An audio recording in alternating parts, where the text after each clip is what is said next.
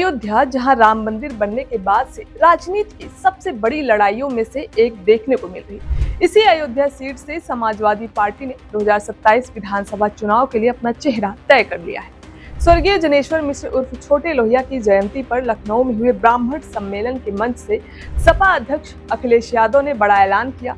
उन्होंने अयोध्या विधानसभा सीट से पवन पांडे को पार्टी का उम्मीदवार घोषित कर दिया।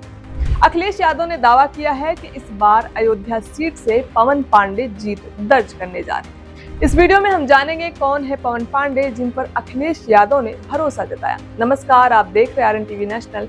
मैं हूं आपके साथ प्रज्ञा पांडे। पवन पांडे का असली नाम तेज नारायण पांडे है, लेकिन उनकी मां उन्हें प्यार से पवन बुलाती थी। धीरे धीरे यह नाम उनकी पहचान बन गया। पवन पांडे छात्र जीवन से ही समाजवादी पार्टी से जुड़े रहे।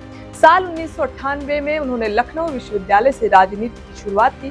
इसी दौरान उनका संपर्क सपा संस्थापक मुलायम सिंह यादव से हुआ। साल 1999 में जब अखिलेश यादव पहली बार कन्नौज से चुनाव लड़े, उसी समय पवन पांडे की उनसे पहचान हुई। साल 2005 में पवन पांडे समाजवादी पार्टी के समर्थन से छात्र संघ उपाध्यक्ष चुने गए। छात्रों से जुड़े मुद्दों को लेकर आंदोलन करने के कारण 2007 में उन्हें जेल भी जाना पड़ा। इसके बाद उनकी छवि एक संघर्ष करने वाले युवा नेता की बनी। अयोध्या में कैसे बनाई अपनी पहचान? सक्रिय राजनीति में आने के बाद पवन पांडे को अपने मामा और सपा के वरिष्ठ नेता जयशंकर पांडे का मार्गदर्शन मिला।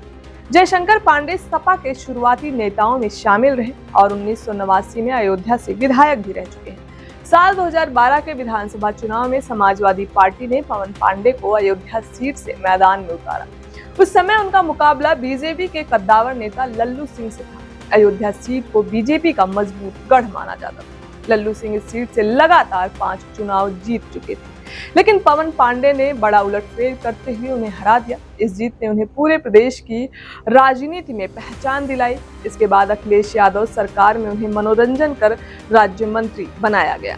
पवन पांडे के नाम को लेकर भी एक दिलचस्प घटना सामने आई थी। 2012 में मंत्री पद की शपथ के दौरान पहले उन्हें पवन पांडे के नाम से शपथ दिलाई गई। बाद में अधिकारियों को पता चला कि सरकारी दस्तावेजों में उनका नाम तेज नारायण पांडे है। इसके बाद उन्हें दोबारा शपथ लेनी पड़ी।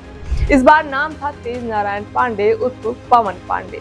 मंत्री पद से विदाई, फिर वापसी। लल्लू सिंह को हराने के बाद पवन पांडे का कद बढ़ा। हालांकि लोकसभा चुनाव में सपा के खराब प्रदर्शन के बाद करीब 2 साल में उन्हें मंत्रिमंडल से हटा दिया, लेकिन लगभग 1 साल बाद उनकी सरकार में वापसी हुई और उन्हें वन राज्य मंत्री बनाया। उस समय राजनीतिक गलियारों में चर्चा थी कि पवन पांडे ने दोबारा अखिलेश यादव का भरोसा हासिल कर लिया। साल 2017 के विधानसभा चुनाव से पहले समाजवादी पार्टी में पारिवारिक घमासान शुरू हुआ। इस विवाद में पवन पांडे खुलकर अखिलेश यादव के समर्थन में खड़े नजर आए। तत्कालीन प्रदेश अध्यक्ष शिवपाल यादव ने उन पर MLC आशु मलिक के साथ मारपीट का आरोप लगाया था और उन्हें पार्टी से निष्कासित भी कर दिया था। शिवपाल यादव ने अखिलेश यादव को पत्र लिखकर पवन पांडे को मंत्रिमंडल से हटाने की भी मांग की। हालांकि पवन पांडे ने इन आरोपों को खारिज करते हुए इसे अपने खिलाफ राजनीतिक साजिश बताया।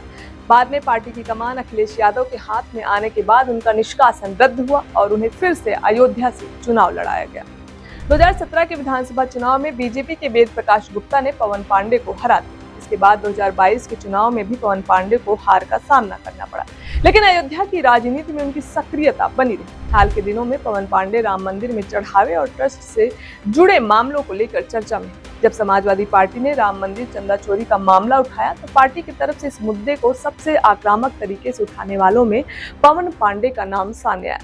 7 जून को अखिलेश यादव ने सार्वजनिक तौर पर राम मंदिर के चढ़ावे की चोरी का आरोप लगाया था। कहा गया कि यह जानकारी उन्हें पवन पांडे ने दी थी। पवन पांडे ने इस मामले में कई प्रेस कॉन्फ्रेंस की, सरकार को घेरा। इस दौरान उनका एक बयान काफी चर्चा में आया, जिसमें उन्होंने कहा था कि भगवान राम ने खुद अखिलेश यादव को इस चोरी की जानकारी दी। इससे पहले भी पवन पांडे श्री राम जन्मभूमि तीर्थ क्षेत्र ट्रस्ट की जमीन खरीद को लेकर सवाल उठा चुके हैं। उन्होंने उस समय कई दस्तावेजों का हवाला देते हुए ट्रस्ट के फैसलों पर सवाल खड़े किए थे। अयोध्या विधानसभा सीट इसलिए भी खास है क्योंकि राम मंदिर इसी विधानसभा क्षेत्र में आता है। अयोध्या जिले में कुल 5 विधानसभा सीटें हैं: दरियाबाद, रुदौली, मिल्कीपुर, बीकापुर और अयोध्या। अब 2027 की विधानसभा चुनाव के लिए समाजवादी पार्टी ने अयोध्या सीट से पवन पांडे को अपना उम्मीदवार घोषित कर दिया। अखिलेश यादव ने उन पर एक बार फिर भरोसा जताया। अब देखना होगा कि पवन पांडे इस भरोसे को चुनावी जीत में बदल पाते हैं या नहीं। अयोध्या की राजनीति हमेशा से उत्तर प्रदेश की सियासत का केंद्र पवन पांडे की वापसी के साथ समाजवादी पार्टी ने साफ संकेत दे दिया है कि 2027 की लड़ाई में अयोध्या सीट उसके लिए कितनी अहम है। आपको क्या लगता है? अपनी राय कमेंट में जरूर बताएं। फिलहाल के लिए इतना ही। खबरों के अपडेट्स के लिए जुड़े रहें RN टीवी नेशनल के साथ।